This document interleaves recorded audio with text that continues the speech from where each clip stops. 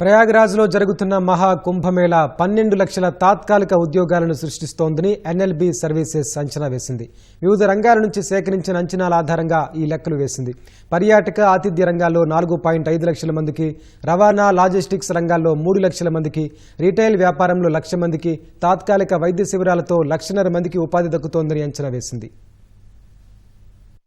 ఉత్తరప్రదేశ్లోని ప్రయాగ్రాజ్లో జరుగుతున్న ప్రపంచంలోని అతిపెద్ద ఆధ్యాత్మిక వేడుక మహాకుంభమేళ 12 లక్షల తాత్కాలిక ఉద్యోగాలను సృష్టించిందని global technology and digital talent solutions provider NLB services అంచనా వేసింది. వివిధ రంగాల నుంచి సేకరించిన సమాచారం ఆధారంగా ఈ లెక్కలు వేసింది. మౌలిక వసతుల కల్పన, ఈవెంట్ మేనేజ్మెంట్, భద్రతా సేవలు, స్థానిక వాణిజ్యం, పర్యాటకం, వినోద రంగం, ఉద్యానవన రంగాల్లో ఈ ఉద్యోగాల సృష్టి జరిగింది.